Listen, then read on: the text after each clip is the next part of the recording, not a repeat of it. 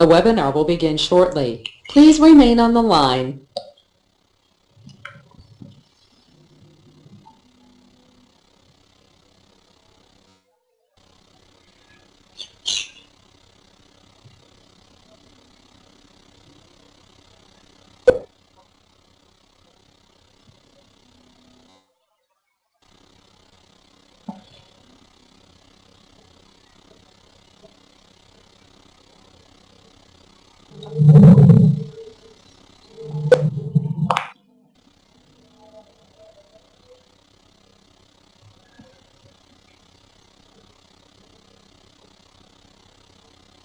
The webinar will begin shortly. Please remain on.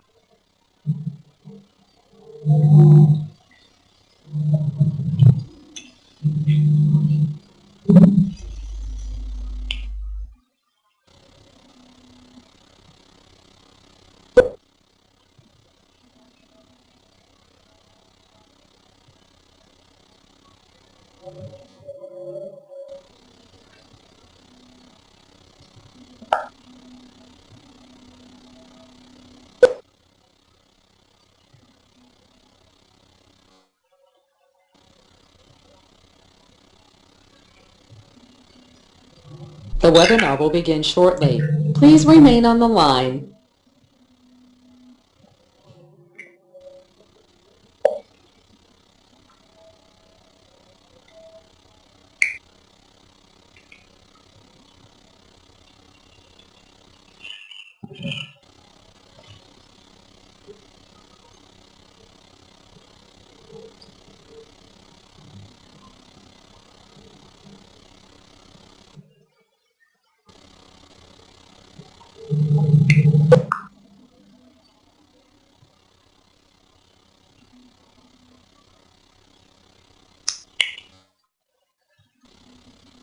The webinar will begin shortly. Please remain on the line.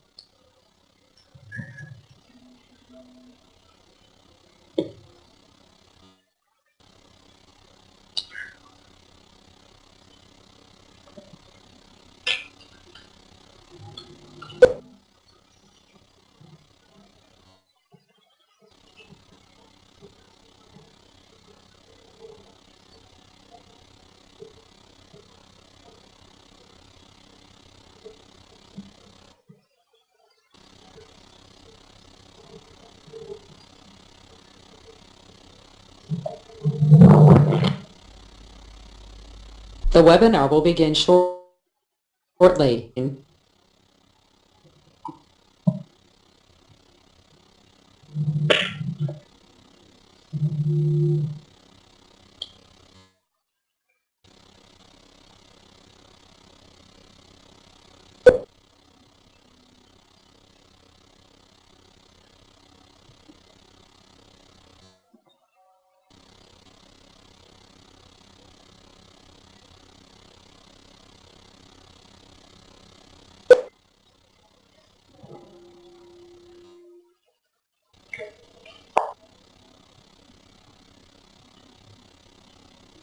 The webinar will begin shortly. Please remain on the line.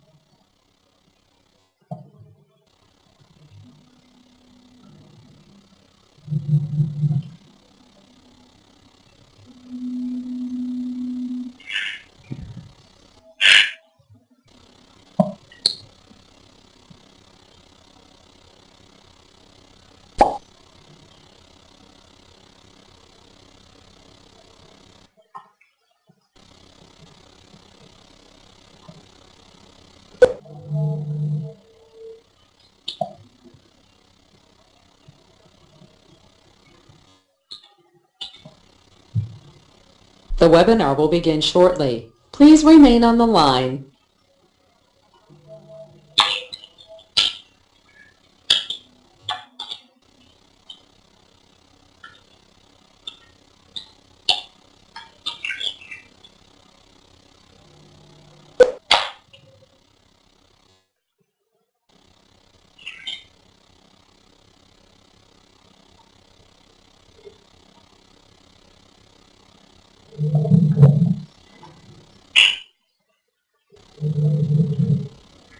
The broadcast is now starting. All attendees are in listen-only mode.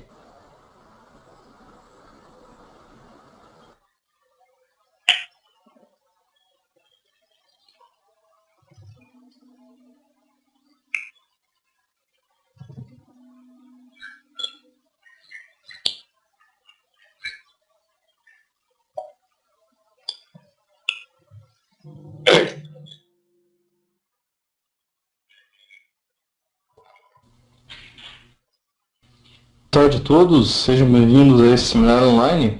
Aqui é o Alexandre do Mundo Gel. Antes da gente começar, eu só peço licença para a gente fazer um último ajuste aqui. Nós já somos mais participantes, né, nesse seminário. Só tem um último teste para fazer com o Morelli, que vai ser o palestrante. Morelli, a gente acabou iniciando a transmissão, então as pessoas estão nos ouvindo, mas não tem problema. Só para você fazer aquela alteraçãozinha lá no nome, se você clicar lá em File, Edit Your Name, né? Que nem eu tinha falado a você.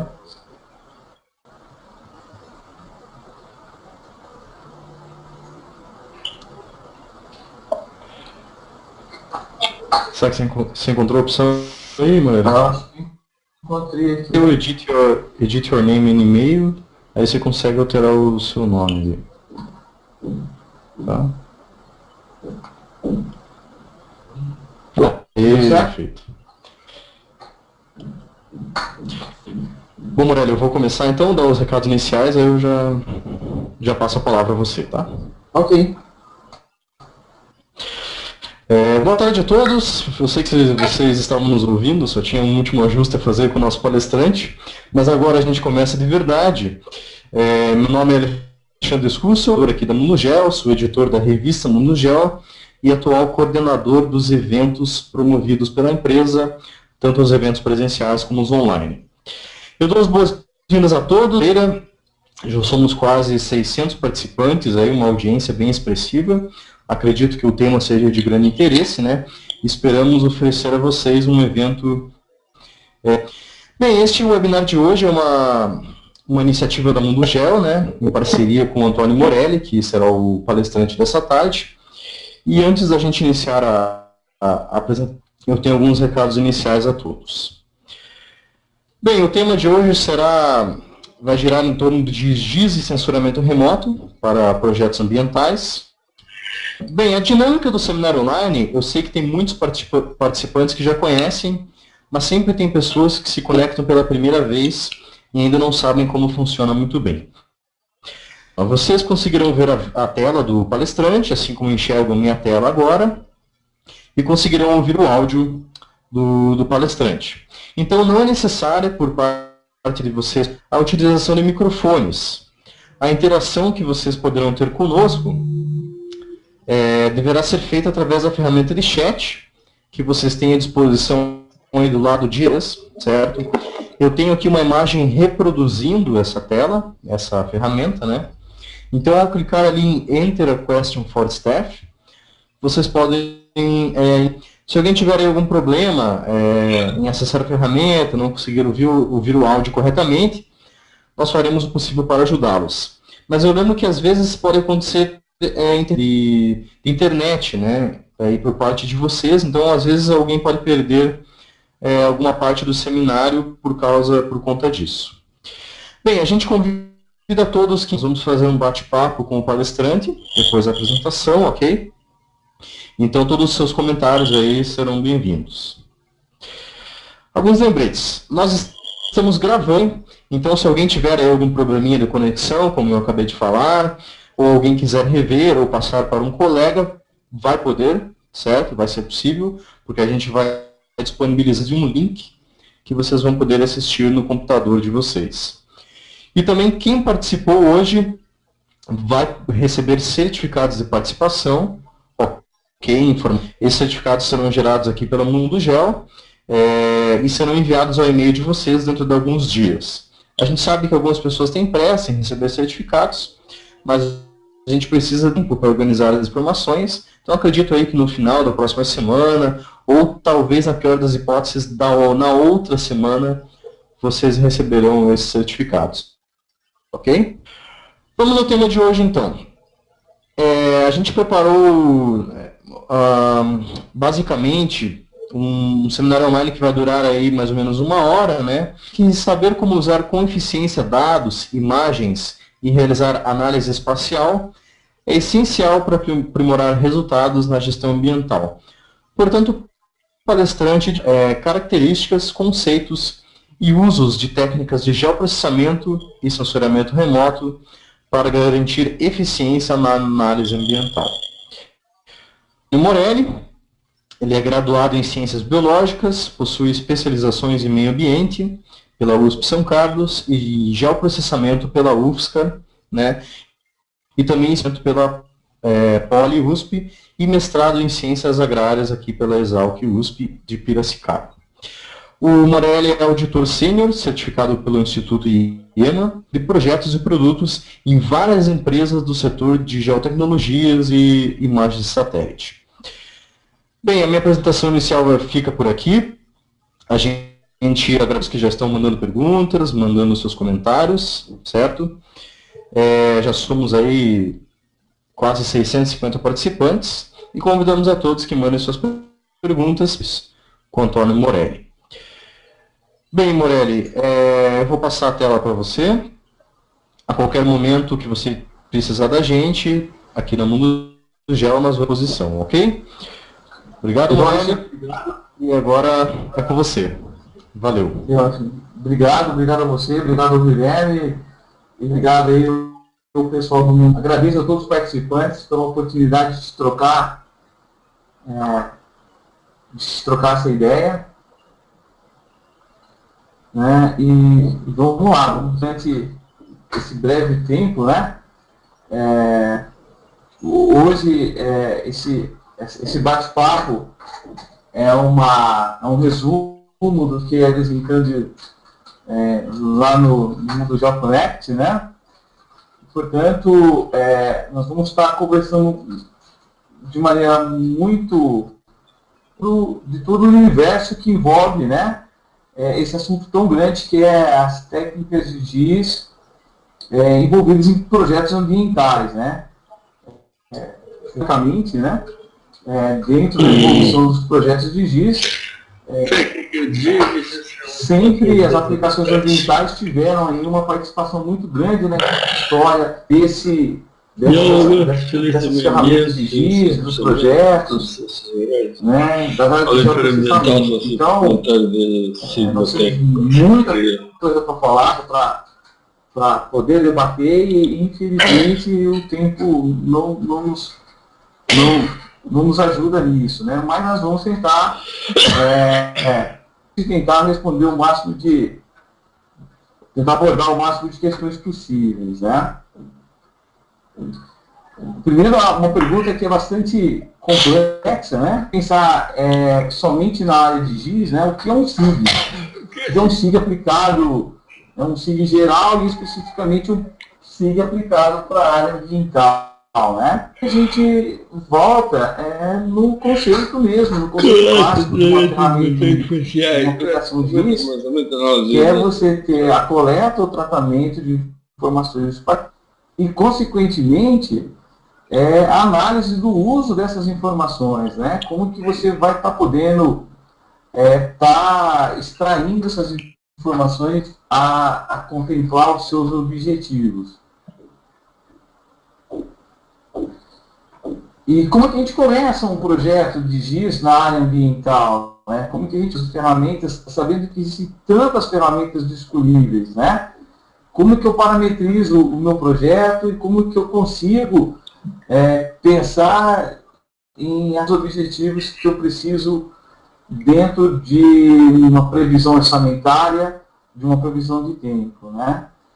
Então, antes da gente parar para pensar em GIS, e qual aplicação GIS eu vou ter que usar para mim estar respondendo algumas questões, eu preciso pensar antes do projeto, pensar quais são os parâmetros que eu tenho limitantes da minha necessidade, né? Então eu tenho, por exemplo, que pensar nos parâmetros econômicos, né? Quais são os limitantes econômicos que eu tenho para o projeto, e isso sempre vai existir, independente do orçamento que você possa ter, né? quais são os parâmetros limitantes que eu vou ter para estar fazendo qualquer tipo, né, de aplicação dentro dessa área, né, dessa área ambiental. Lembrando que nós falamos, né, os profissionais da área, que o projeto ambiental ele não é um projeto que ele anda, né? Normalmente ele vai servir de uma peça técnica, para um processo ambiental, ou então de um processo que a gente vai poder estar aplicando um tipo de ferramenta, ou então ele vai estar servindo como base de um laudo em processo judicial. Então eu tenho que ter muita responsabilidade nas técnicas, né? Os aspectos políticos, né, que envolvem todo um projeto de aplicação ambiental, né? Eu não posso, por exemplo, de uma hora para outra falar que está imprópria para o uso, né, em pleno verão, de uma hora para outra, se não tiver certeza, né? Eu não posso determinar, de repente, a origem de determinado dano ambiental, se eu não tiver completo controle sobre as situações e os aspectos que eu vou ter sobre isso. Enfim, né, eu tenho que desenvolver, por menor que seja o meu projeto. E também os aspectos culturais, né? Para quem que eu converso, para quem que eu falo, aonde que eu vou estar apresentando esses projetos. Esses são os parâmetros que têm que ser contemplados quando eu penso numa solução GIS para o meio ambiente, né? Contemplado tudo isso, a minha chance de sucesso é bastante. Então, é um ciclo, e esse ciclo tem que ser muito bem desenhado e depois fechado, né? Nós temos que pensar exatamente nesses grupos de trabalho, né? Qual é o objetivo? É bastante comum que um projeto de meio ambiente começa de um jeito e acaba terminando de outro. Então, o escopo do projeto tem que ser muito bem definido, né? Qual que é o formato? Qual que é o formato que a gente vai estar entregando isso? O formato GIS, ele é um banco de dados, é um documento, é um relatório técnico, é um portal web de internet, né? Qual é a equipe que eu vou ter que estar desenvolvendo esse projeto? Tenho que trazer alguém de fora, pessoas que são responsáveis por isso, os insumos, né? Eu tenho esses insumos são conhecidos, eles não são conhecidos, eu vou precisar comprar alguns, produzi-los novos, das características da execução do projeto, né? Envolve projeto de campo, não tem projeto de campo, o tempo está adequado, estou prevendo, por exemplo, no trabalho de campo se vai ter chuva, se não vai ter chuva. Dos resultados, né? Os resultados são como esperados, os resultados estão muito fora do que está esperado, né? Diferente, por exemplo, de um trabalho acadêmico, o trabalho, uma aplicação de GIS, né, de projeto ambiental, ele tem que ter um horizonte de resultado pré-esperado para você, né? Senão você vai ter que mudar, né? Isso não adianta chegar até o final do projeto e entender que, por exemplo, as imagens de satélites não estão fora da escala que você precisaria estar usando, né? Ou então você adotou para desenvolver os seus projetos, não são compatíveis com a base de dados que você vai estar assumindo. Enfim, você tem que pensar nessas questões, independente do tamanho da equipe e do tamanho do projeto que você for executar. E qual que é a base ferramental mínima de um projeto de meio ambiente, né? Ou qualquer projeto de GIS? É uma base cartográfica conhecida. Eu preciso saber das minhas essas limitações de escalas muitas vezes estão atreladas a leis, né? Então é necessário que eu conheça essas leis, conheça as normas e também entenda qual que é o padrão que determinado cliente, direto ou indireto, vai estar usando os dados remotos, quando eles forem usados, né? E aí a gente tem dois tipos de aspectos, né? Os aspectos de escala, os aspectos crônicos, né? As informações de campo, né? Quais são essas informações, se elas são geradas, os bancos de dados, né? São gerados, armazenados, guardados e efetivamente são publicados, né? Na de conclusão e tomada de decisão. Então, toda ferramenta de análise vai ser tomada, vai ser uma mola para se tomar uma decisão. Você sempre produz um projeto GIS, o qual vai ter algum tipo de repercussão. Muito claro que isso esteja evidenciado dentro da equipe e tenha se tomadas devidas precauções e responsabilidades quanto à informação.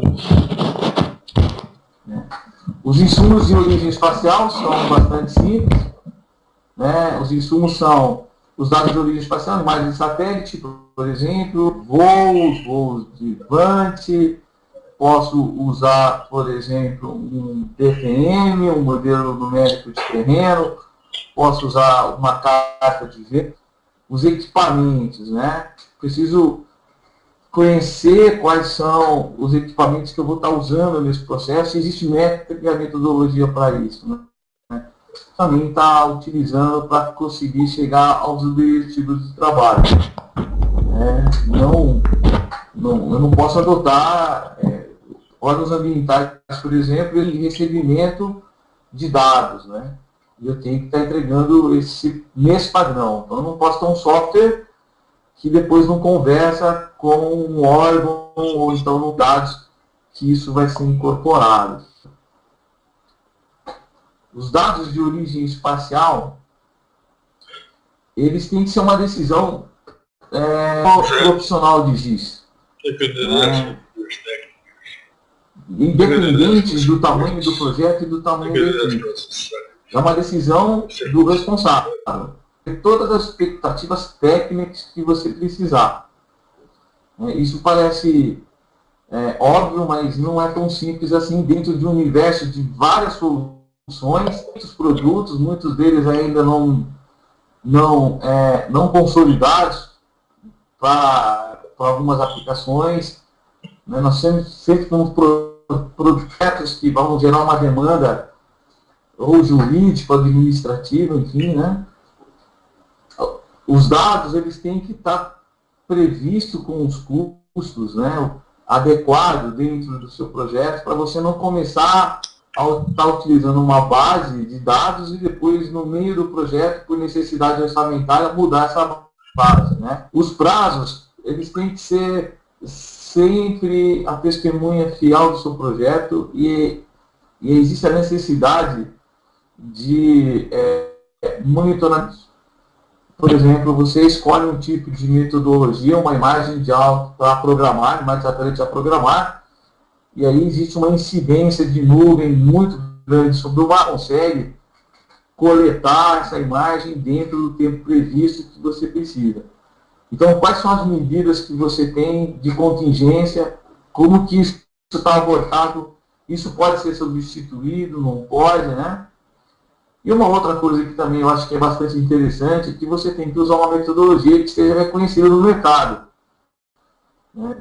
Os projetos ambientais, eles são os projetos que têm esse cunho de responsabilidade civil e administrativa. Então, muitas vezes, se você for o primeiro a usar determinada via, corre o risco de você efetivamente ser questionado pelo uso disso e você não tem, e você também não tem bases para discussão, porque você simplesmente não tem exemplos.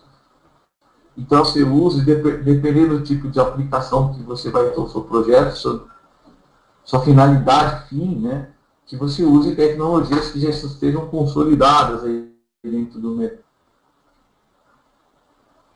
Fontes secundárias, né? O profissional de GIS, ele pode usar fontes secundárias? Isso é uma pergunta muito válida e uso quando bem empregado, né? E essas são as condicionantes para você poder estar usando essas bases. A base é adequada, né? A base é confiável, né? Eu estou usando um mapa numa outra escala, ou um mapa de um órgão governamental. É confiável, eu conheço os erros, conheço as limitações, né? Eu tenho consciência de erro dentro do projeto em si e tenho consciência dentro do meu projeto, principalmente em relação à escala, né? Eu preciso fazer conversões, né? Para poder usar essa base. A base foi utilizada em outros trabalhos, isso é bacana você ter. Né? Existem, por exemplo, trabalhos na parte de hidrografia, né? E eu posso estar usando esses trabalhos quando posso, desde que eles ativem, que eles tenham sido, por exemplo, validados por algum órgão, né? Seja isso dentro da esfera administrativa, ou seja isso dentro do trabalho acadêmico, e eu posso estar utilizando, né? E a relação do custo é favorável ou não? Muitas vezes eu uso um dado secundário, começo a trabalhar com esse dado e vejo que seria muito mais barato ter comprado, saído do zero, né? E isso, às vezes, quem trabalha com órgão público, quem trabalha com prefeitura, é bastante comum, né? Você usa uma base de dados que já existe lá, que é dado como uma boa base de dados, e quando você começa, você vê que era melhor ter saído do zero. Vamos pensar um pouquinho aqui. Se existe, preciso ir a campo. Eu vou ter que fazer o levantamento e é bastante comum e indicado que o profissional, né, ele se envolva com toda a parte do projeto. Eu considero aqui que um gestor de projetos ambientais, aqui, o gestor de projeto, ele tem que ter efetivo um tipo de vivência de campo. Então, assim, para isso ele tem que ir a campo mesmo, né? Então, quando eu chegar lá a campo para fazer os meus levantamentos, os meus estudos, ter dos mesmos parâmetros que eu sabia do meu projeto inteiro, né?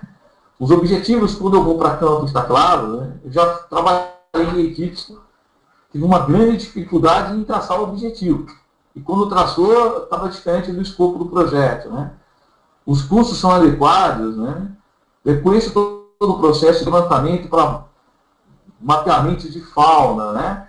Eu conheço as trilhas, os pontos de repouso, as áreas de transição, elas são viáveis, quais são que necessitaria para fazer o levantamento numa trilha dessa, né? Eu conheço, por exemplo, a fauna alocada lá dentro, eu preciso de ter algum tipo de equipamento especial, então eu tenho que saber antes de ir para campo, né? Eu posso terceirizar algumas coisas. Se eu terceirizo, o custo é interessante, né? A empresa é idônea, né? Posso fazer outras fontes em vez de ir a campo? Existe alguma maneira de eu, de repente, estar usando esses tipos de dados? De repente, sim, né? Se tiver esse compensar, se tiver dentro do seu universo de projeto, né? Os dados de campo que você vai levantar, eles são compatíveis com o banco de dados já existente que vai ser formado, né? Se não, eu vou ter que compensar aqui um trabalho de conversão de dados. E muitas vezes pode ser um complicador dentro do processo. E depois, qual que é o formato final dos dados de campo, né?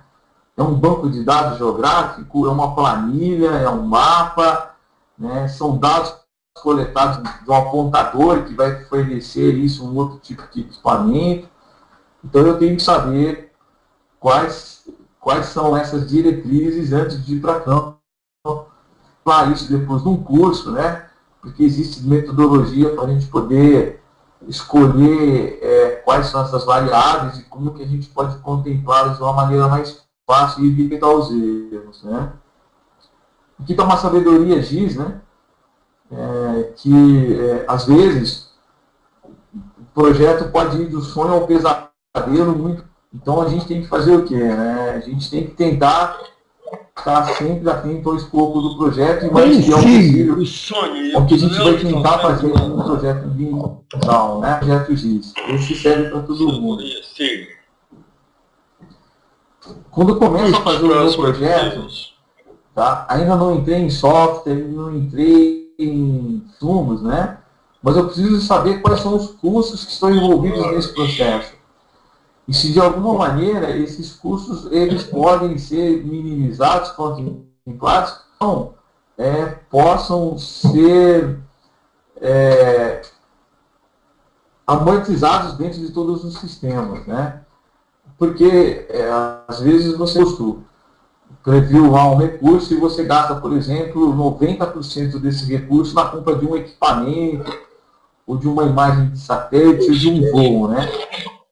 Aí para você terminar todo o seu projeto.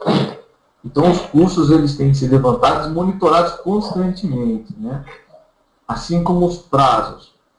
E uma coisa interessante, né? Você quando começa com um projeto, você tem uma expectativa, né? Você tem uma expectativa de objetivo de projeto, de como que esse produto ele vai estar, e essas expectativas têm que ser monitoradas. Até porque no final desse projeto, o contratante tem um tipo de surpresa caso haja necessidade de mudança de escopo.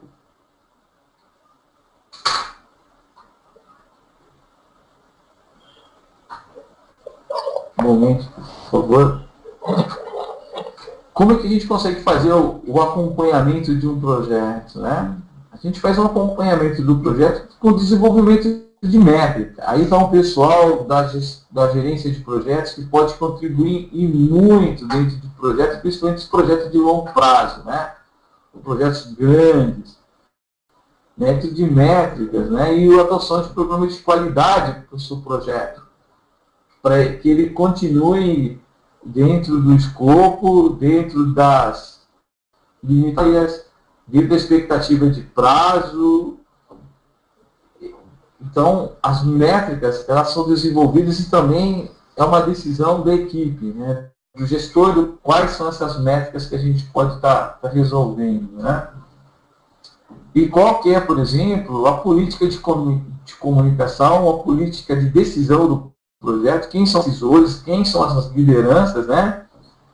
E quem são as pessoas responsáveis na área de crise, caso o seu projeto não com algum tipo de objetivos que você traçou, né, como linha de trabalho.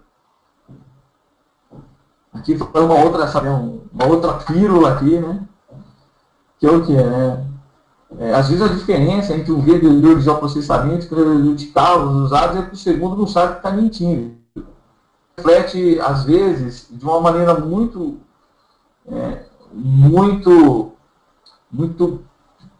clara quando existe um lançamento de um produto, existe um lançamento de uma nova tecnologia, e muitas vezes, quem está conversando com você está vendendo aí ou então os parâmetros técnicos foram traduzidos numa tradução livre para o idioma local, e aí não se tomou cuidado para ver as limitações técnicas do produto, e o cara acaba oferecendo uma coisa que que efetivamente não vai fazer, né? E se você baseou nessa tecnologia, seu bairro começa a entrar água, né? Vamos pensar um pouquinho no profissional aqui, ó, no profissional que vai, seja ele o responsável, ou seja ele o cara que vai fazer o projeto funcionar, né? Então, quais são as premissas desse profissional, né? Ele tem que ser o cara que é o cara mesmo, né? Ele tem que ter o conhecimento técnico, ele tem que ter a experiência desse projeto, né? Ele tem que ter uma visão multidisciplinar e entender que esse projeto normalmente vai com outras áreas de conhecimento, principalmente quando a gente está falando, né, de projetos ambientais, que inclusive existe legislação. Ele tem que ser um cara político, ele tem que saber conversar com toda a equipe. Muitas vezes ele vai ter que ser a pessoa de ligação, né, entre a equipe técnica e que contrata o nosso projeto, né? E tem que ser um cara orientado a resultados, né?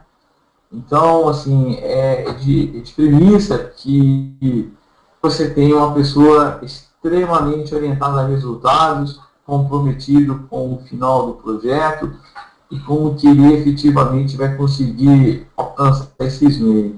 Se a gente pensar também no perfil do projeto, tem que pensar no perfil da equipe, que tem que ser tão bom quanto o seu líder, né? A única diferença que eu vou ter entre a liderança do projeto, a pessoa que é responsável pelo projeto, talvez seja a carga que a equipe ela pode ter uma carga menor, por isso que ela tem aí um mentor, um manager, um sênior, né? E a equipe ela não efetivamente necessita. Na verdade, a equipe técnica ela nem deve ser política. Quem tem que ser político é o líder do projeto, né, o gestor do projeto. A equipe técnica ela tem que ser técnica, comprometida também com os parâmetros técnicos e com os objetivos do projeto. Demandas que ambientais geram e produzem, né? Volta ela, material volta e cartográfico, produz técnicos, produtos, né? E volta e estrutura de auditorias, outros produtos. licenciamento. Então, o produto ambiental, GIS na área ambiental, ele produz material cartográfico, muito material cartográfico, né? Vou falar assim que seja aí a principal demanda que tem, né?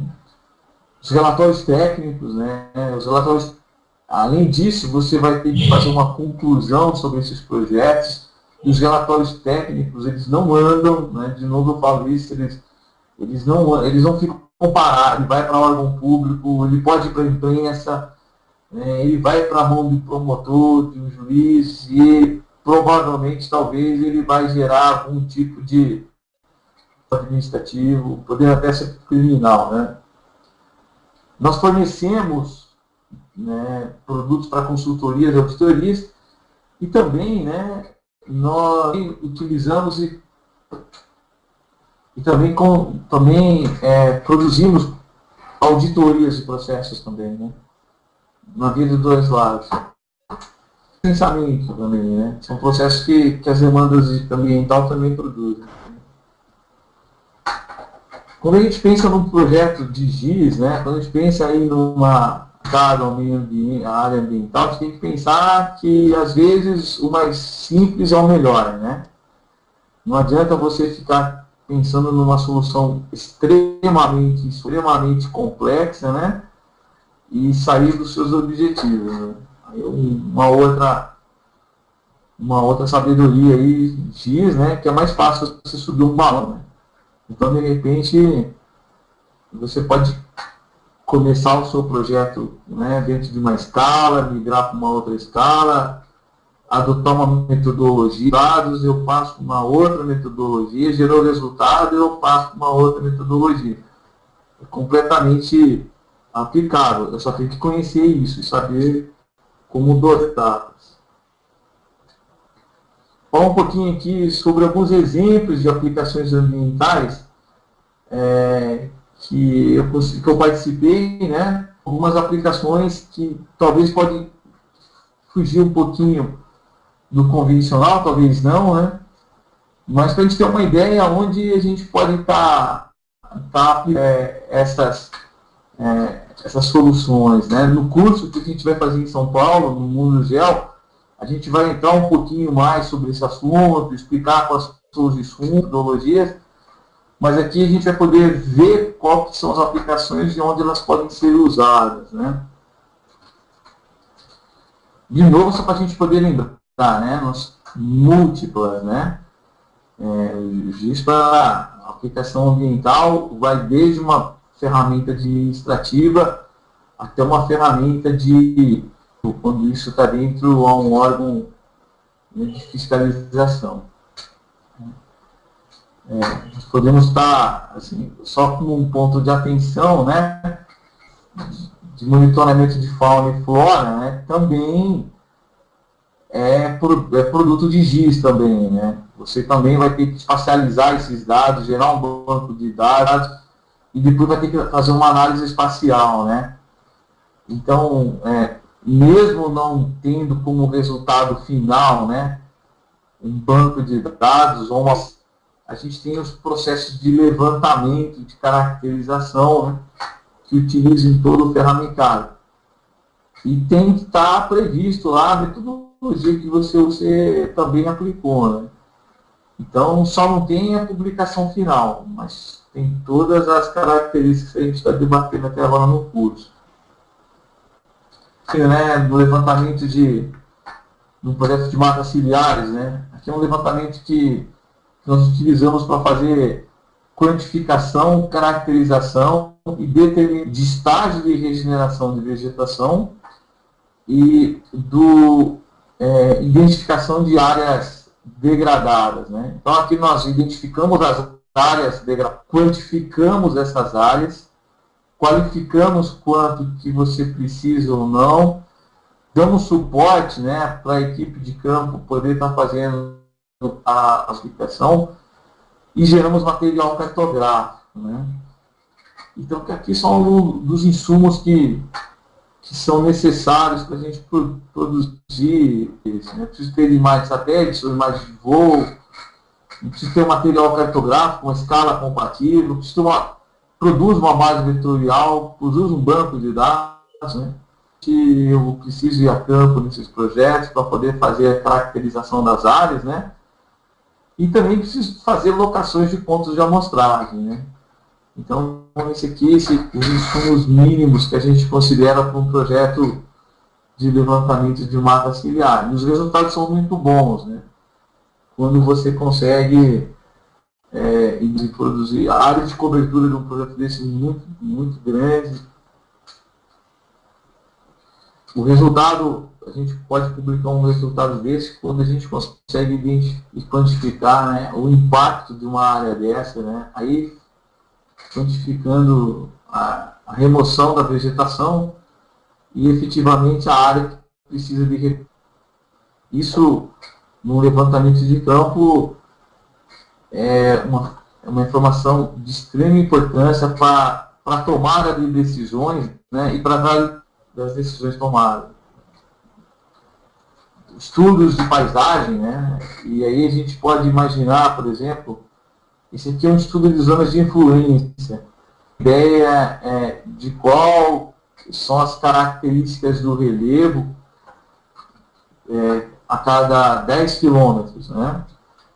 E tentar determinar quais são as áreas que são de interesse ambiental, interesse econômico, quais são as áreas que têm interesse, por exemplo, ativo, né, de um órgão público, de um órgão de gestão. E as ferramentas são praticamente as mesmas. São as imagens, voos, material cartográfico, posso usar uma base vetorial. Também necessito fazer a visitação a campo. Então, a principal diferença entre os dois projetos aqui, além do escopo, é a escala que eu estou trabalhando. E ela me permite um pouco mais de flexibilização no projeto, porque eu acabo generalizando mais, né? Mas mesmo assim eu tenho métricas de parâmetros de qualidade que os objetivos vão ser cumpridos no final. Os mapas de modelo numérico, né?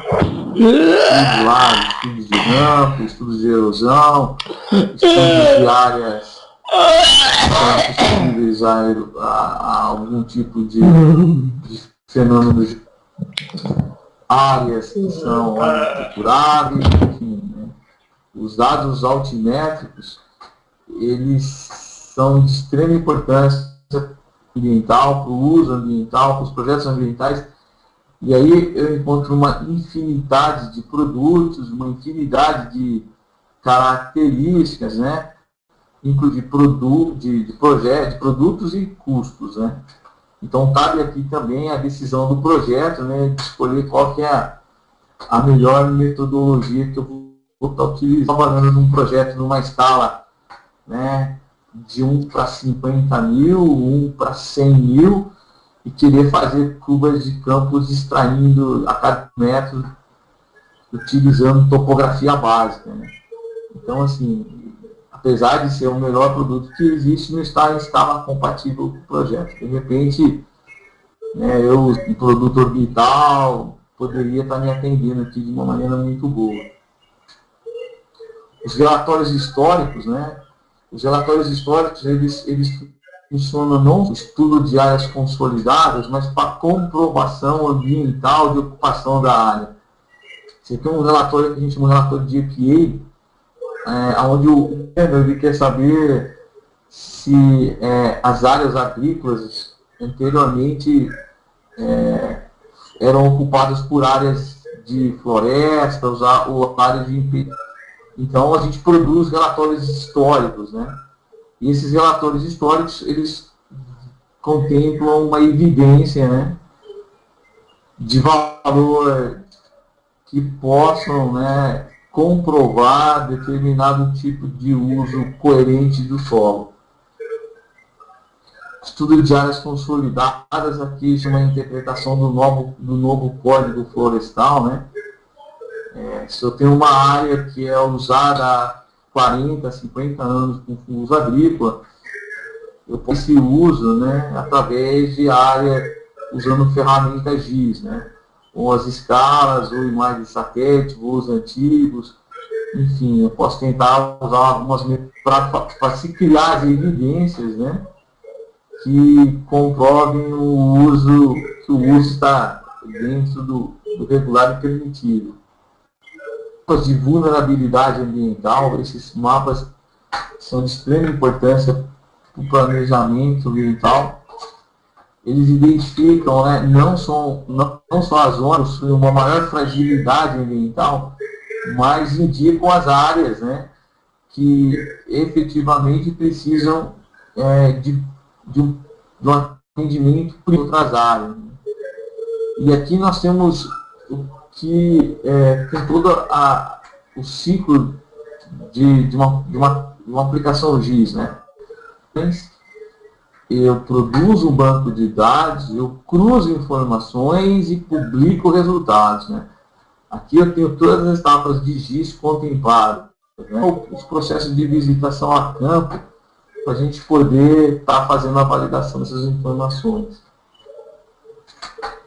Estudos de análise temporal, entender como que era a produção de biomassa e a evolução da biomassa durante um determinado período de tempo, e a partir daí adotar a área, né? Então, também a gente consegue estar coletando informação, cruzando os dados, fazendo análise, fazendo padrões de comparação. Outra também uma aplicação que é muito prática no sentido de você poder ter não só as informações visuais de como que a área se comporta frente a determinado fenômeno ambiental, né? Então, estudos de análise de biomassa. Aqui, nós utilizamos um algoritmo próprio aqui para determinar as áreas que têm a maior concentração de biomassa, né?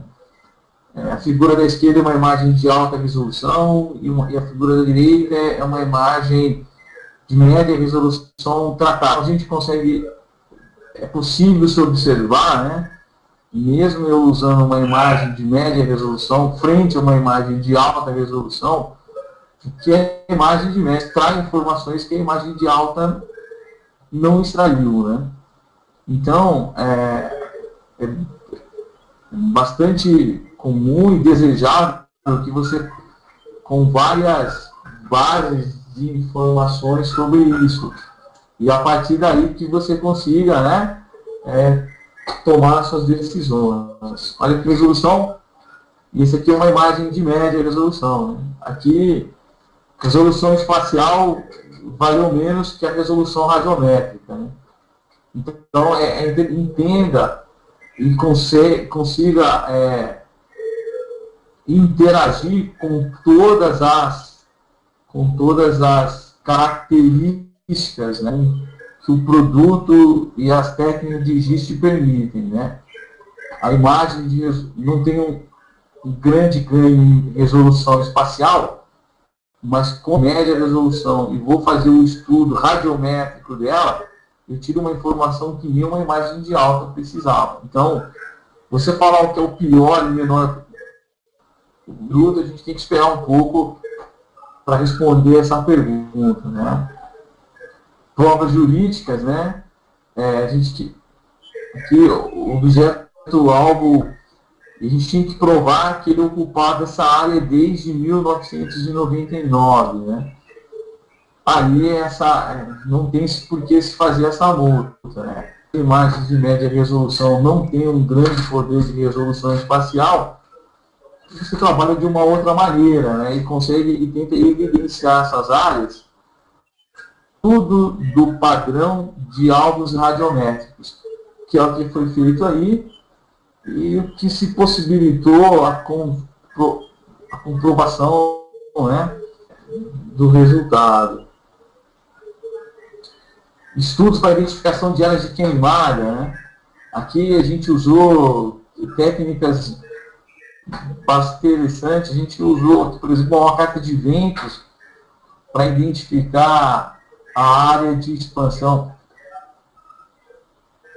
para a gente poder entender a expansão da propagação do incêndio, as correntes de ar que indicam para onde esse vento se propagar e efetivamente qual que é o caminho que ele fez, né? Então, o que a gente pode provar? Tem uma imagem antes do incêndio de vegetação e depois de 2 dias do incêndio eu tenho um outro padrão de vegetação, né?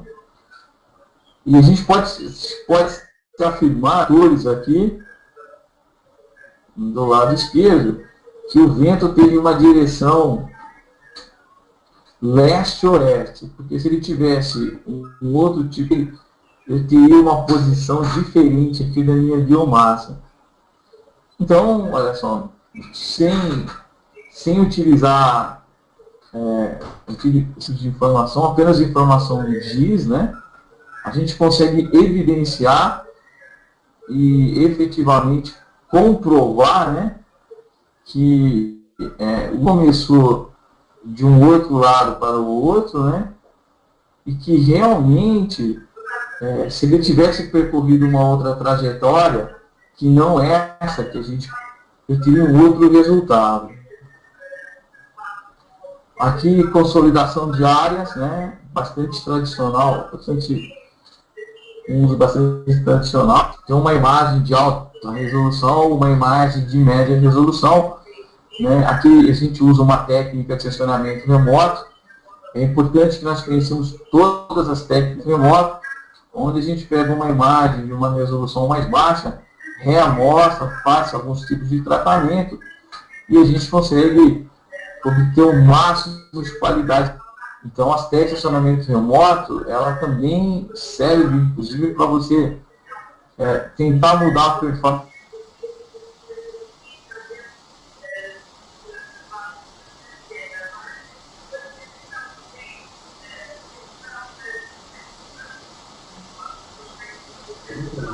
Só aqui o Alexandre, parece que teve um problema no áudio do Morelli. Vamos esperar retornar. Aí eu peço para ele repetir aí os últimos minutos da apresentação dele, tá? A gente está enviando, né? Ficou mudo, né? Realmente ficou mudo. É um problema lá com a conexão do Morelli, tá? Vamos aguardar aí alguns minutos, então, aí eu peço para ele retomar. Oi, Morelli, tudo bem? A gente teve um problema com a sua conexão, ficamos quase um minuto sem te ouvir. Você pode repetir, por favor? Minha conexão na internet, eu acho. Você pode repetir o último minuto? Obrigado. Eu continuo desse ponto, você quer que eu volte alguns slides? Se puder voltar e retomar o assunto. Olha só. E a gente estava falando sobre essa aplicação. Acho que tem mais uma unidade anterior. É área de ocupação. E. Não, agora voltou muito. Muito aqui. E avançar um pouquinho. Acho que avança mais um. A gente possa apresentar de novo essa daqui. Isso, pode ser. Legal. Tá ótimo. Obrigado. Agora um pouquinho mais para frente ainda. Mais um slide para frente. Isso. Aqui? Ok, aqui eu estava explicando Esse aí. Esse da. Podemos? Sim, valeu. Obrigado. Aqui é uma imagem de 14 anos atrás, que a gente precisa comprovar o uso, né? De média resolução e por meio de ferramentas de sensoramento remoto, técnicas de tratamento de imagem, a gente consegue colocar a imagem, melhorar a qualidade dela num ponto que quanto uma imagem de alta resolução. Então, as técnicas de sensoramento remoto, elas também permitem que você melhore a performance de um produto, de um determinado insumo, né? Desde que você use as metodologias e técnicas já validadas e conhecidas, né? Aqui também de áreas, né, querendo entender também se esse prédio ele já existia em 2014, né? Desculpa, então utilizando uma imagem de média resolução, utilizando tratamentos estatísticos, né, de processamento de imagem, a gente consegue extrair um padrão de informação aqui que consegue efetivamente, né, por padrões de radiométricos, né, e aquela área lá existia dentro da data que a gente precisava enxergar. Né. As avaliações de impacto, aqui eu tenho aqui tem uma diferença de 20 dias e aqui eu tenho um dano ambiental aqui, né? E qual que é a diferença aqui, né? A imagem ela começou a captar aqui um tipo de comportamento que não existia, que serve de evidência para que você depois possa concluir algum que motivou esse tipo de comportamento aqui. Então eu uso 3 imagens na mesma resolução, né, em escala, né, na mesma escala cartográfica.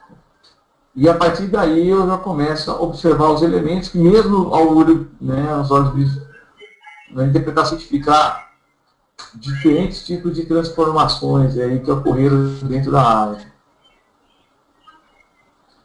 Levantamento para identificação, né, identificação também aqui, usando imagens de alta resolução em períodos diferentes, né, também produzindo evidências, o uso do terreno. Aqui nesse projeto, na verdade, eu tinha um projeto aqui, que era, por exemplo, uma divisa de cerca, e virou uma... Então, e aqui é uma imagem que tem uma diferença entre uma e outra de 4 anos. Então, como é que você consegue comprovar isso? Técnicas de sensoramento remoto. Ainda voltando àquele exemplo daquele acidente, aqui já é uma área onde eu consigo, antes do acidente, identificar. Aqui, quanto mais escuro está o solo, mais o solo ele está em camada mais abaixo da camada de observação mesmo, né? Então, quanto mais ele apresenta uma coloração mais clara. Quando eu tenho um desmoronamento, quando eu tenho uma movimentação de solo, eu tenho um padrão de solo, só solo aqui, né? Solo de terra, né? Que mostra que esse solo estava acomodado e agora ele não está. Então, o que ele me permite dizer? Ele me permite o quanto de movimentação de terra eu tive efetivamente dentro da área. Né? Sem contar também que eu consigo aqui identificar de comportamento no solo, né? Que pode ser um escorregamento, pode ter sido alguma coisa de área de drenagem que tenha favorecido de comportamento. Falar um pouquinho sobre algumas tendências, né? Que aí não só na área do meio ambiente, mas na área GIS, né? Que é a minha visão para onde a gente está andando e para onde nós vamos tá caminhando, tá? Dentro do curso legal, nós temos quase um módulo inteiro do curso para poder explorar a questão de tendências, aí vem uma discussão muito crítica e técnica, se acredita que vai funcionar ou não. E aqui a gente só vai dar uma passada muito rápida, né? Sobre a minha visão do que vai estar acontecendo dentro desse mercado nos próximos anos. A primeira mais do que uma tendência, né, isso já é uma realidade, são as conectividades, né? Hoje você está com uma forma única, né?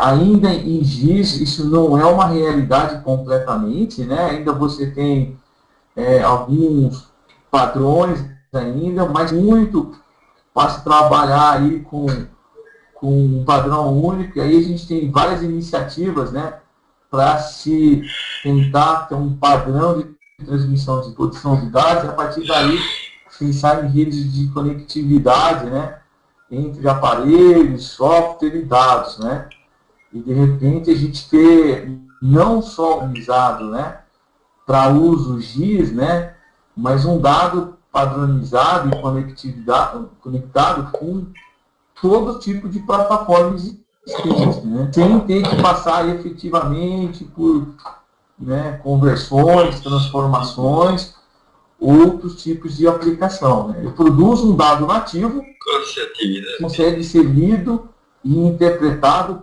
por qualquer tipo de aparelho ou estação de trabalho. Soluções de nuvem, né? E aqui a gente tem dois tipos de comentário. O primeiro comentário de soluções que elas ficavam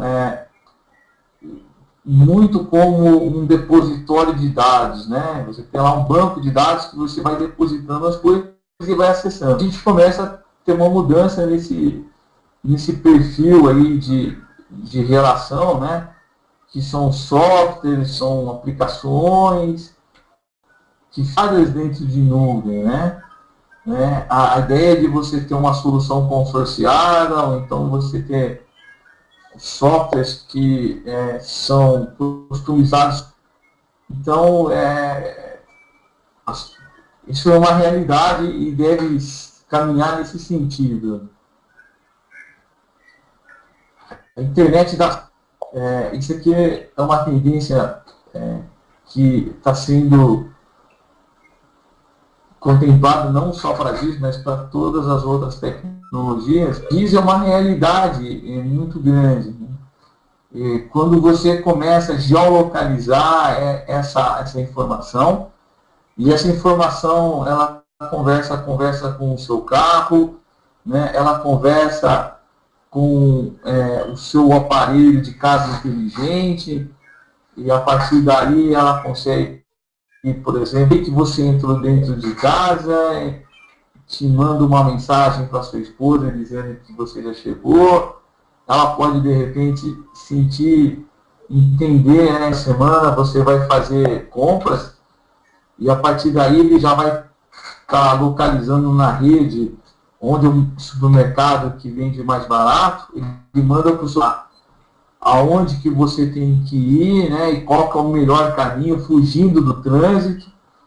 Então, assim, nós estamos realmente vivendo uma revolução, e a geolocalização, ela tem um papel aí, dos mais importantes dentro dessa nova tendência, né, que não é uma tendência exclusiva, mas é uma tendência aí dos novos padrões de tecnologia. o uso de multiplataformas, né? Isso é uma visão que já vem consolidada nos últimos anos, né? Com o aparecimento de ferramentas GIS, né? E que essas ferramentas free, algumas soluções aí de código aberto, né? Algumas iniciativas de ter protocolos abertos, bibliotecas de produção de... Então, vai ser bastante comum que você trabalhe não só com software, mas que você trabalhe aí com 5 ou 6 softwares, não operacional, mas vários sistemas operacionais, né? Você vai ter que produzir um dado dentro de um software, pode ser que você tenha que fazer um em outro, e vai ter que publicar em 3 plataformas diferentes, né? Então, talvez aqui você tenha que ter um conjunto de conhecimentos de TI também, né? Para poder saber como você vai se interagir dentro dessas multiplataformas, né? Tanto de insumos como de publicação e de dados. Plantas e drones, né?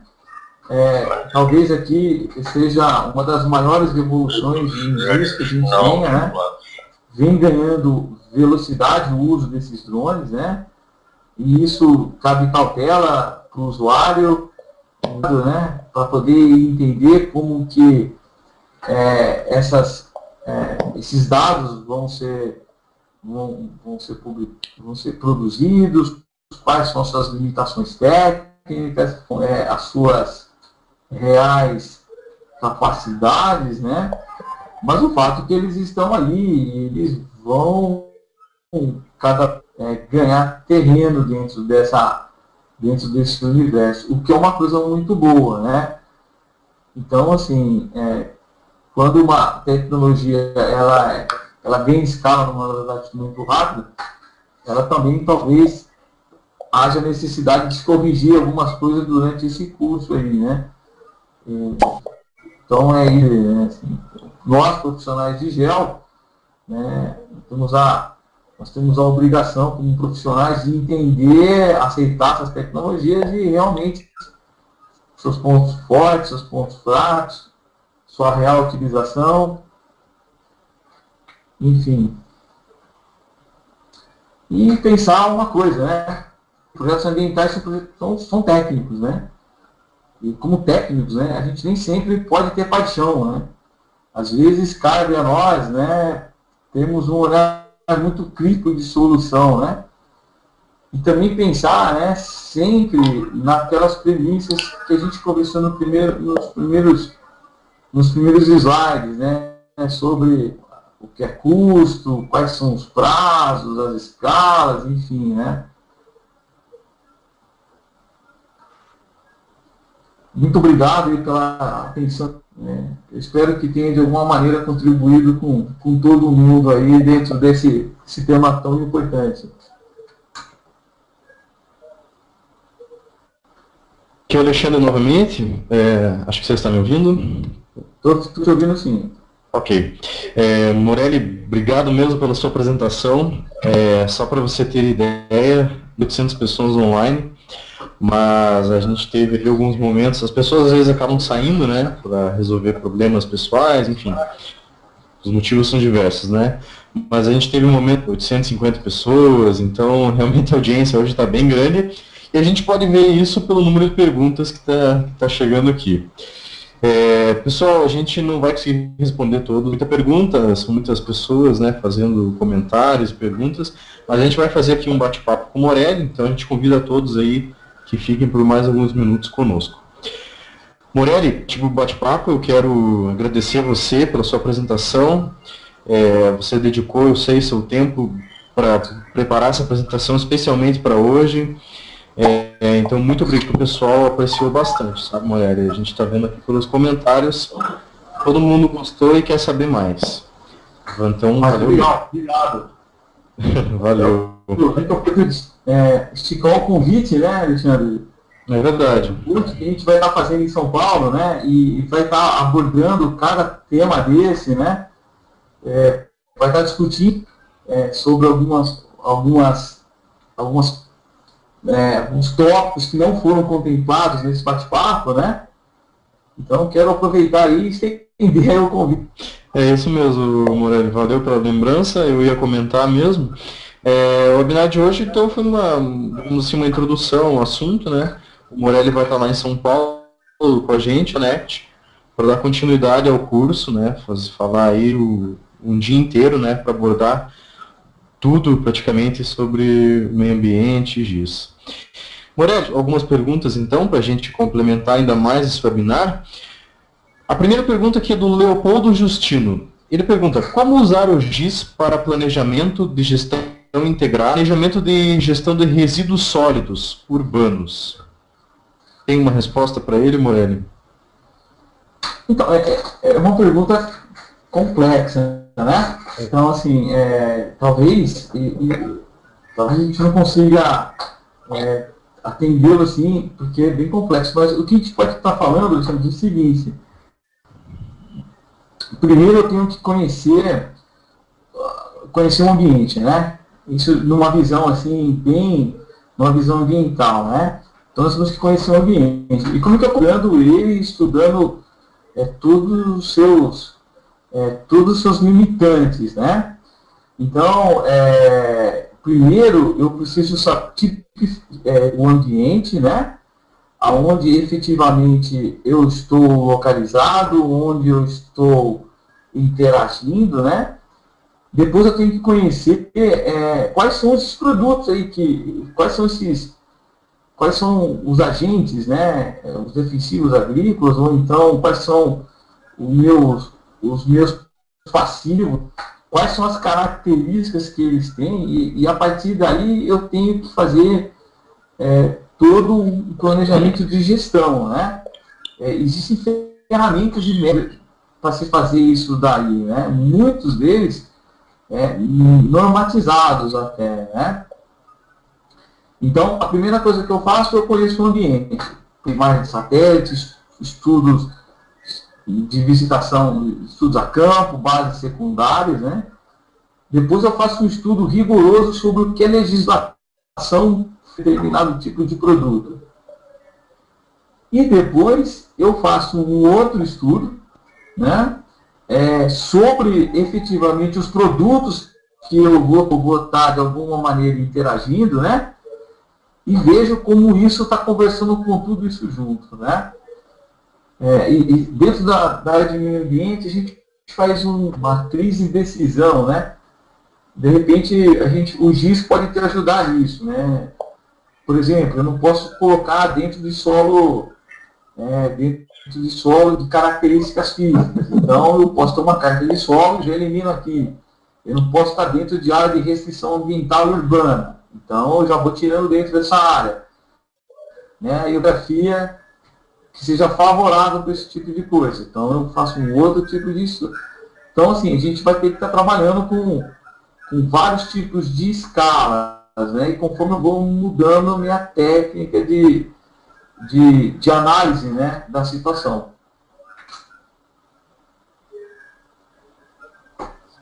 Não sei se consegui. Morelli. Sim, a pergunta do Leopoldo foi bem abrangente. Eu acho que você conseguiu dar um panorama bem interessante para ele, sim. Obrigado, Morelli.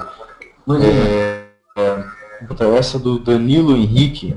Eu gostaria de saber se no licenciamento ambiental existem normas que regulem a precisão das imagens. Existe sim. Existem dentro. Isso vai variar de estado para estado, de órgão para órgão, né? Mas ele não fala. Ele não usa imagens. Ele vai falar em resolução espacial das imagens, né? E vai falar em precisão de escala, né? Do produto final. E aí a gente tem que tomar, né?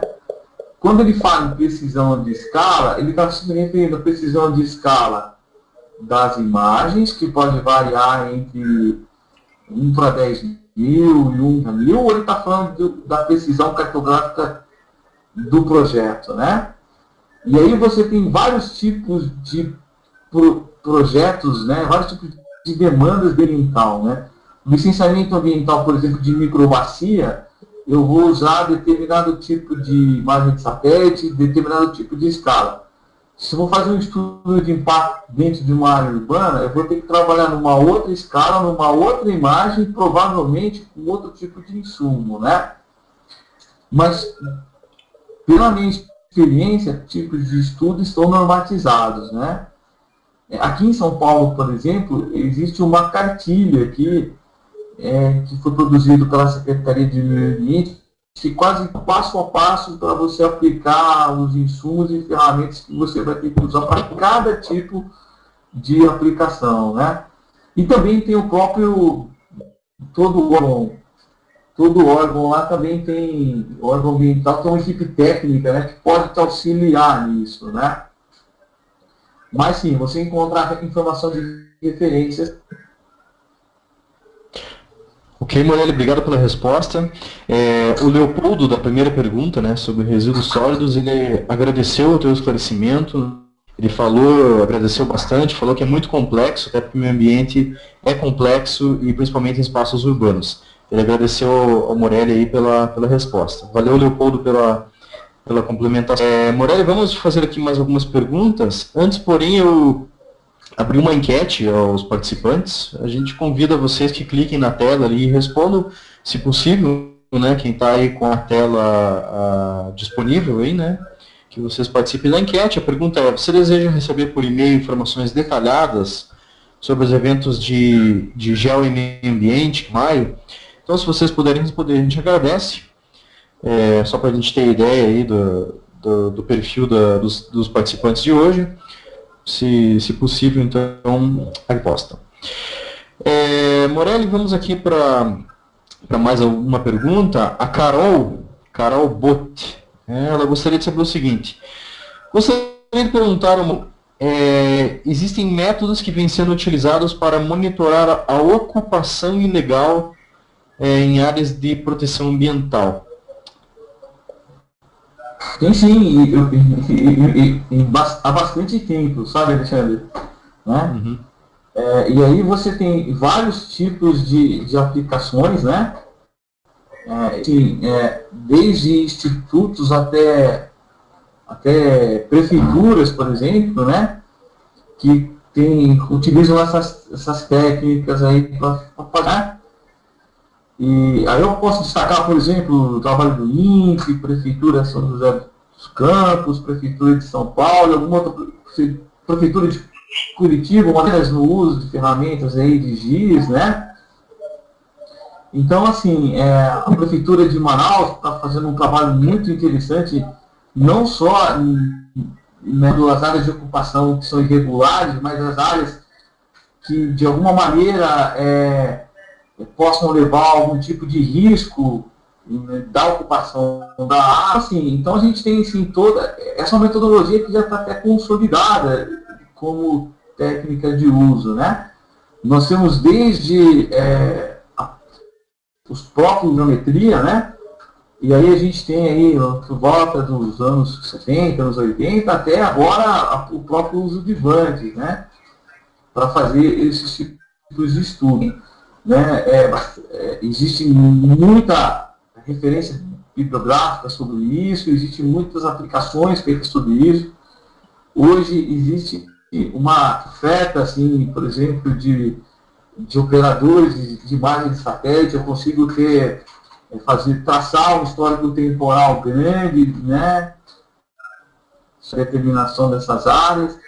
Enfim, eu tenho órgãos públicos, né, que produzem material cartográfico e histórico em escalas de muito boa qualidade. Assim, acho que a gente não está... A gente deu passos bastante significativos em estudo de meio urbano, principalmente para essas áreas, assim, áreas de risco, áreas de... né? Mas a gente tem sim isso, né?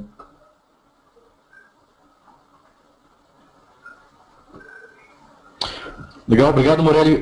Com essa resposta, você, como por exemplo a Josiane Guedes, Josiane, acho que a sua resposta foi bem respondida também pelo Morelli e também outras pessoas. Morelli, vamos fazer mais... O tempo passou um pouquinho, a gente vai fazer mais 2 perguntas, pelo menos. Tem aqui um comentário do Marco Antônio. Ele diz que a limitação, o hardware ainda é um limitador para muitos projetos. Saber a sua opinião sobre a nuvem. Se ela vai resolver o problema de armazenamento de dados, se vai facilitar. Qual a sua opinião, então, sobre a nuvem para projetos ambientais? Então, assim, a gente tem que pensar um pouquinho em relação a sempre na escala de tempo que nós estamos falando, né, Alexandre? Dependendo do tipo de projeto, o volume de dados que você produz é imenso, né? E muito grande, né? Então, provavelmente, essas aplicações vão demorar um pouco mais para ser atendidas, dadas as limitações, né, de internet que nós temos no Brasil, né, tanto em cobertura quanto velocidade de acesso, tanto como estrutura de banco de dados, né? Para você pensar, por exemplo, em ter uma conectividade de banco de dados, e isso está colocado numa área, né? Vai ter que ter uma estrutura forte nesse sentido, né? Mas isso vai acontecer, né? E existem, por exemplo,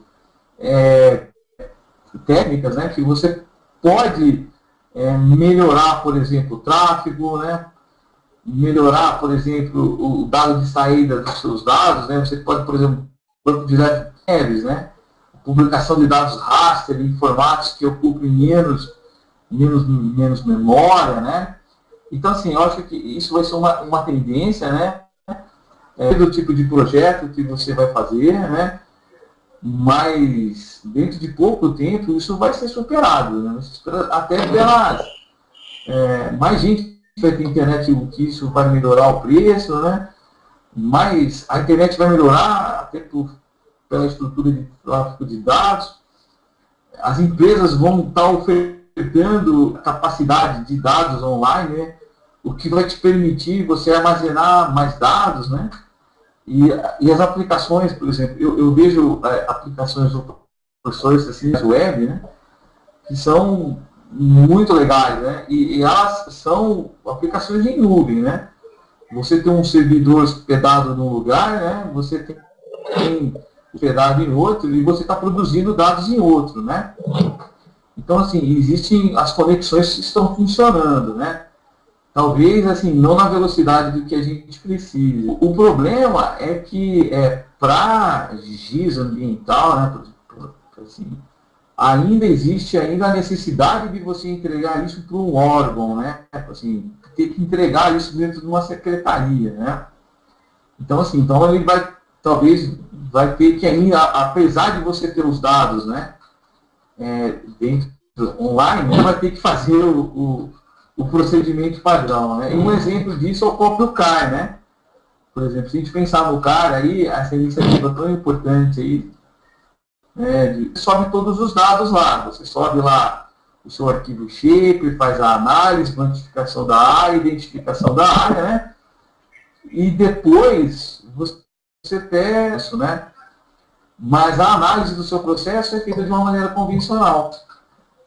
Vai ser um técnico que vai analisar o seu processo e a partir daí vai gerar um outro tipo, né? Então, assim, o dado ambiental ele vai migrar para a nuvem, talvez numa velocidade um pouco mais lenta, dado as características do produto que a gente tem, que é muito grande, e às vezes você tem que fazer um monitoramento contínuo, né?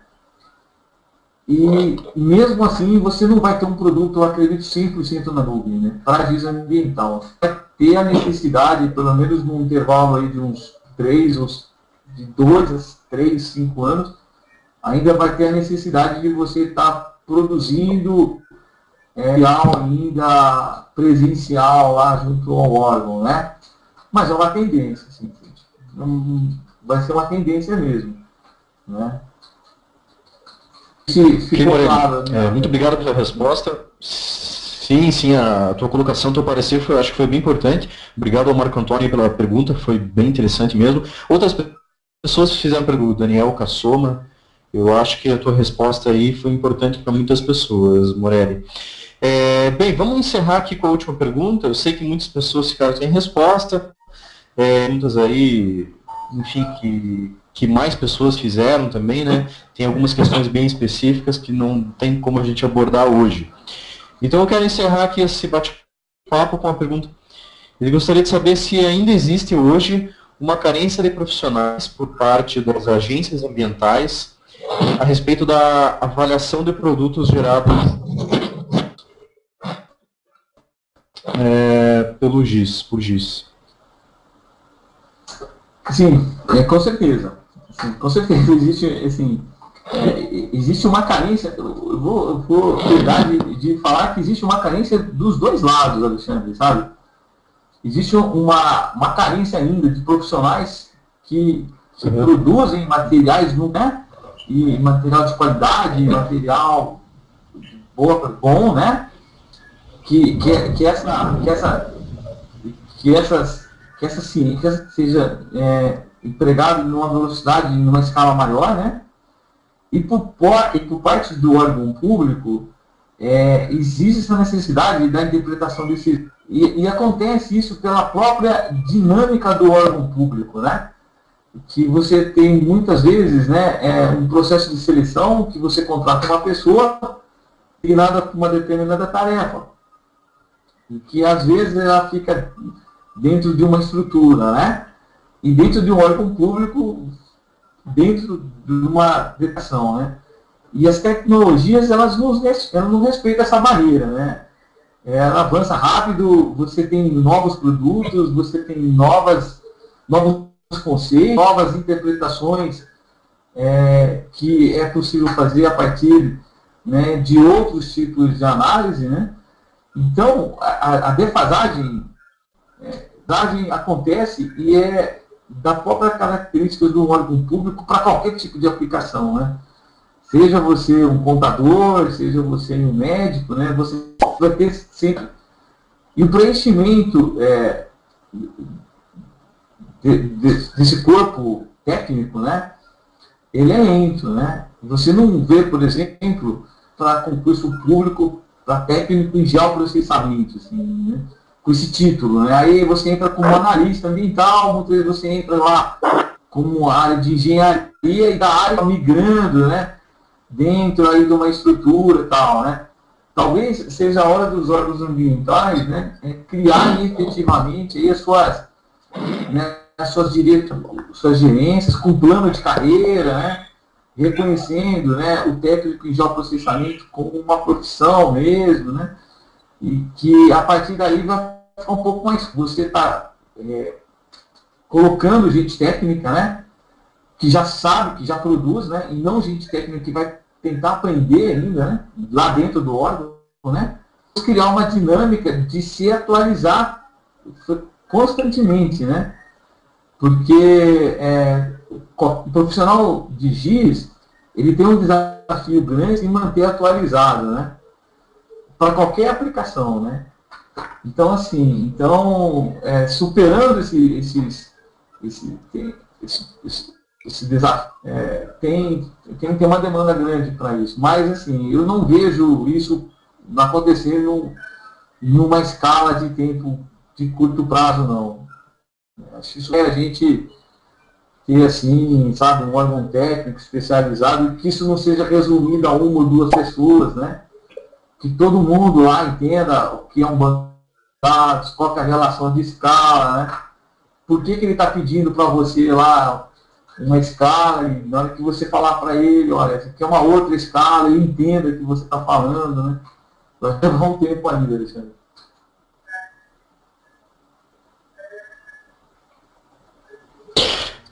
Ok, Morelli, obrigado pela resposta. Foi mais uma vez um parecer bem entendido do seu lado. Você respondeu várias pessoas com a sua explicação. Obrigado mais uma vez, Morelli. Morelli, eu peço licença para passar aqui a tela para o meu computador, para dar alguns... Mas peço ainda que você continue conosco por mais alguns minutos para a gente fazer o encerramento desse seminário, né? E antes de encerrar, eu ainda vou pedir aí suas considerações finais. Ok. Bem, imagino que os participantes estejam vendo a minha tela agora. Eu tenho aqui alguns indicativos dos próximos eventos, né? Eu sempre gosto de agenda de webinars da Mundo Geo, para as pessoas conhecerem. Tem gente que sempre pergunta onde eu posso ver os materiais de eventos anteriores. Então, se você entrar aqui em Mundo Geo, você seleciona o ano, né? e você consegue ver os eventos, todos os eventos, os seminários online que foram realizados neste ano e acessar os materiais aí disponíveis.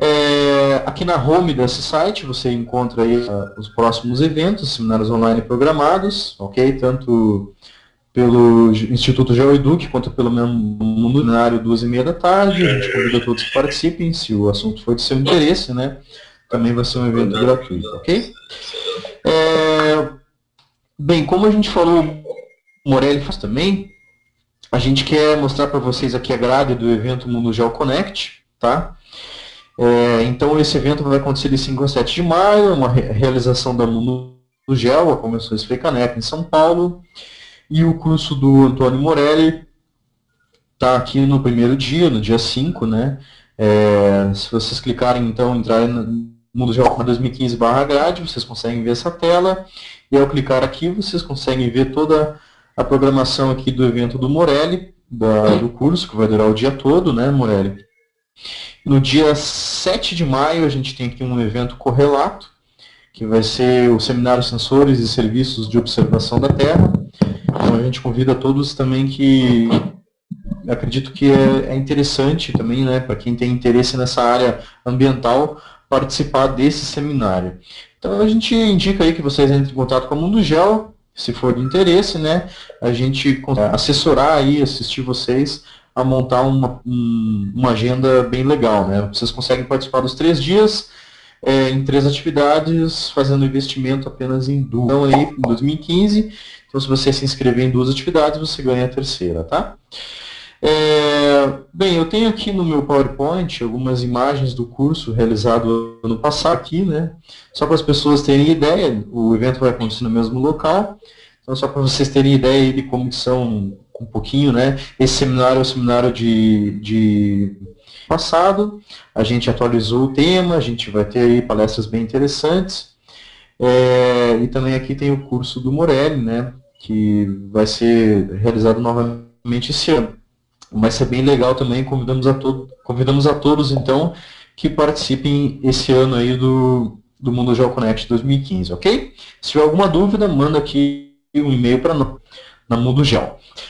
Bem, alguns lembretes finais sobre este seminário de hoje. A gente estava gravando esse webinar na íntegra, então se você quiser rever o tipo de conexão, você vai poder rever todo o seminário online, tá? Vai estar disponível lá em mundogeo.com/webinar. E também a gente vai pedir o Morelli para disponibilizar o arquivo. Eu ainda não perguntei a ele, mas se possível, se ele permitir, né, a gente converte em PDF e também sobe lá em mundogeo.com/webinar. E também quem participou conosco hoje, certificados de participação, que serão gerados aqui pela Mundo Geo em formato PDF, tá? Esses certificados vão ser enviados ao e-mail de vocês dentro de alguns dias. Acredito que vocês receberão esse material, tá? Bem, a gente agradece a participação de todos. Fomos quase 900 pessoas, eu acho. Eu ainda vou fechar acho que fomos 400 participantes hoje. Muito obrigado pela atenção de todos. E Morelli, peço para que você faça suas considerações finais aí, antes de eu encerrar.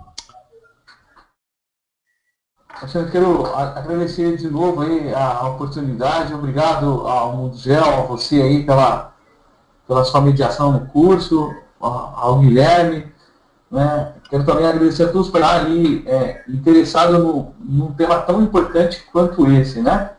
E estender aí o convite, né? Para estar fazendo o curso lá no Mundo Geo, a gente está explorando um pouco mais os assuntos que nós conversamos hoje, né? Entrar um pouquinho na parte de técnicas, na parte de conceito, né? Nos conhecermos, estender uma tão importante, independente de você estar fazendo um curso ou não, vá ao Mundo Geo, né? Conheça lá, é uma oportunidade que você tenha de conhecer todos os principais, as principais empresas, as principais marcas, né? Os produtos, então assim, fica aí um convite, né, para vocês participarem do novo curso, a gente poder aprofundar o conhecimento que a gente teve, discutir alguns de uma maneira diferente e também visitar a feira, né? Acho que é o grande evento nosso, né? E a gente tem, todo profissional tem que né, porque realmente é uma iniciativa muito importante aí do mundo gel, né, nos proporcionar isso. E acho que é só isso, Alexandre. Obrigado de novo. Ok, Morelli, obrigado a você. A gente conversa bastante, né, antes de realizar um evento como este. Você sabe, Morelli, a gente tem que combinar, tem que fazer alguns testes. Então, muito obrigado a você por preparar essa apresentação de hoje. Esperamos rever todos os participantes lá em São Paulo, né? Fica o convite para quem puder participar esse ano. Se não puder, enviamos, compareça à feira de produtos e serviços, que é a entrada gratuita. É uma oportunidade bem legal para você conversar com várias pessoas de vários países, várias empresas, vários produtos e tecnologias. Então, fica o convite para que todos participem lá do nosso evento em São Paulo. Bem, eu, Alexandre, vou me despedindo por aqui. Agradeço aqui ao Guilherme, que está dando no suporte do webinar. Agradeço mais uma vez ao Antônio Morelli. E agradeço a você que estava aí participando conosco, enviando suas perguntas nessa tarde de hoje. Muito obrigado e até amanhã, né, que tem um abraço a todos, um excelente fim de tarde. Tchau.